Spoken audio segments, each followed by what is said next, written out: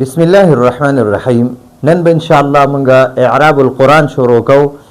د قرآن پاک به بالکل آسان ترکیبونه شروع کوو.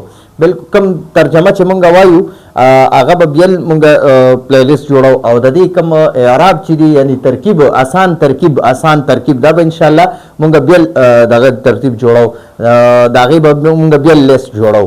نو چې کم ترجمه مونږ وایو کم آیات وایو دا غي به ان شاء الله مونږ بیا ترکیبونه هم کوو. دا به د طلباو د پاره وي، تفسیر به د علما د عوامو د پاره او دا کم ترکیب چې دی نو دا به مونږ د هغه طلباو د پاره وایو چې کم طلباو صرف او نحو ویلي او هغه سناسه په ترکیبونو پويږي یا چاته ترکیب کې مشکلات وي نو موږ به کوشش کوو چې د هغه ته موږ ترکیب شروع کوو. ترکیب کې ان شاء الله نن موږ په اول سبق کې د استعاذه یعنی د اعوذ بالله دته استعاذه وي او تعوذ ورته وي او موږ ورته اعوذ بالله وایو. ٹھیک شو؟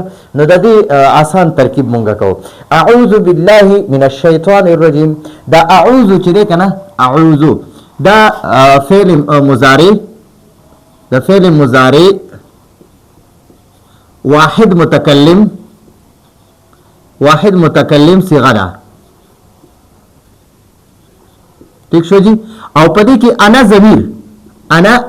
ضمیر فاعل دی. انا ضمیر پکې فاعل دی. نو موږ وایو فعل فاعل. ٹھیک شو؟ اعوذ فعل دی او دا انا ضمیر پکې فاعل دی. اعوذ فعل دی، انا ضمیر پکې فاعل دی. دا با حرف جر چره دا حرف جر دی. دا با حرف جر دی او دا لفظ الله چره کنه لفظ الله دا مجرور دی. نو دا د حرف جر د پاره مجرور شو. مجرور دا د حرف جر د پاره مجرور شو. کوشش پس کوم هغه اعراب ورسره ما آسان ترکیب وکاو. خاطی چې کله بیا مونږه ورسره اعراب وایو نو بیا ډیر زیات د طلباو لپاره ډیر مشکل وي، تکلیف به ورته. نو دا با حرف جر او دا لفظ الله مجرور. دا جار مجرور مرکب جاری شو.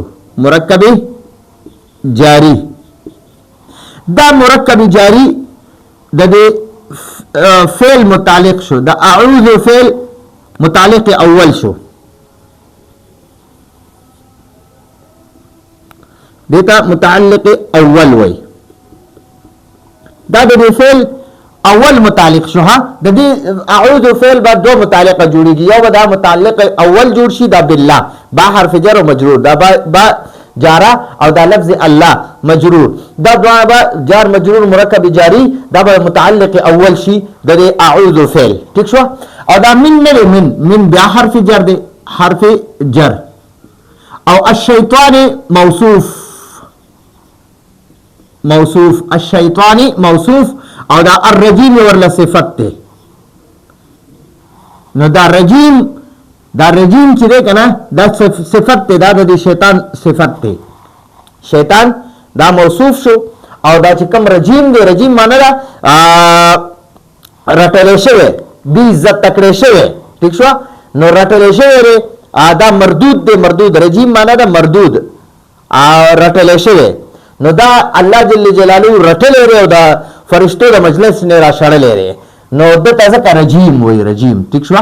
نو دا شیطان چې دا موصوف شو ځکه دا رجیم صفت د بیان شوی دی. دا شیطان صفت بیان شوی دی. موصوف چاته وای چې د کوم کس صفت بیان شي که ښه صفت وي که بد صفت وي نو هغه چې چا صفت بیان شوی هغه ته موصوف وای او هغه کوم لفظ سره چې صفت بیان شوی هغه ته صفت وای.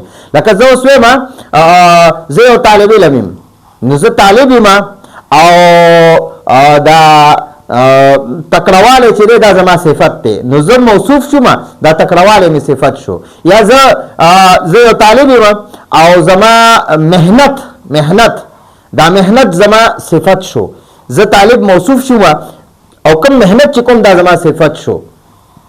دا موصوف چاته وي چې چا صفت بیانېږي هغه ته موصوف وایي که ښه صفت وي که بد صفت وي. نو دا موصوف نه دی شیطان، دا موصوف دی او دا رجیم ولا صفت دی. نو دا موصوف د دې خپل صفت سره دا د با حرف جر د پاره مجرور شو.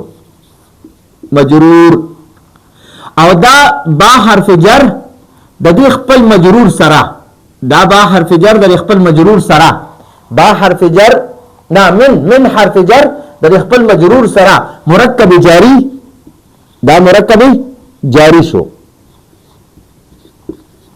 او دا مرکب جاری چې دا متعلق ثانی شو، متعلق ثانی دا دویم متعلق شو. یو دا بالله چې دا متعلق اول دی، او دا من الشیطان الرجیم دا متعلق ثانی دی، دویم متعلق شو. نو ګورئ دا اعوذ فعل د خپل انا ضمیر فاعل، اعوذ فعل مضارع واحد متکلم اعوذ فعل د خپل فاعل د انا ضمیر فاعل، او د دوانو متعلقین سره جمله فعلیه خبریه شو. ٹھیک شو.